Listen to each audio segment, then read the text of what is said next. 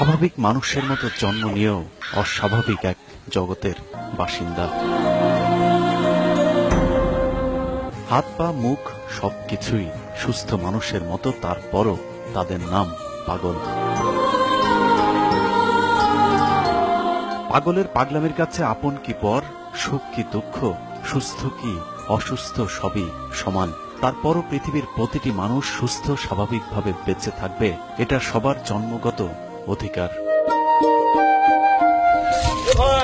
1957 সালে এসব মানসিক রোগীদের জন্য ব্রিটিশ সরকার পাবনাতে স্থাপন করে 50 বেডের বিশেষায়িত হাসপাতাল।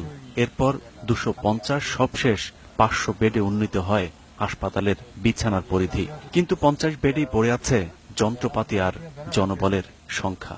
এই অল্প সংখ্যক ডাক্তার দিয়ে আমাদের বহির্বিভাগ চালাতে হচ্ছে, ইমার্জেন্সি চালাতে হচ্ছে, পাশাপাশি আমাদের ইনডোর চালাতে হচ্ছে।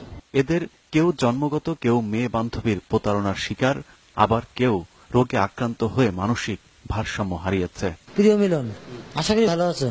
পরসংবাদ এই যে তুমি কি আমায় ভালোবাসো? যদি আমি ভালোবাসে থাকো তাহলে আমার বড় বাড়ি নারাগাতার পিছনে যে নারিকেল গাছ আছে তার পাশে একটি প্রেমের চিঠি রাখবে। আর তোমাকে কসম করে বলছি তুমি চিঠিটা কাউকে বলবে না। এটি আমাদের বাড়ি আমি কেউ জানে না। কেউ আসল জানে না, তার মনে ঠিক না।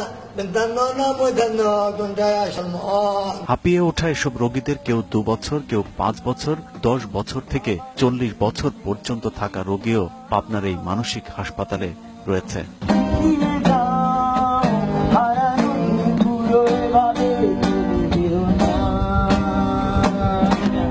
খুব বেশি অসুস্থ না, তারপরও সুস্থ না হওয়াটাই যেন তাদের কাছে এখন নিয়তি। তুমি কখন এসে দাঁড়িয়ে আছো আমার অজান্তে, আমার মনের প্রান্তে তুমি দাঁড়িয়ে আছো গো।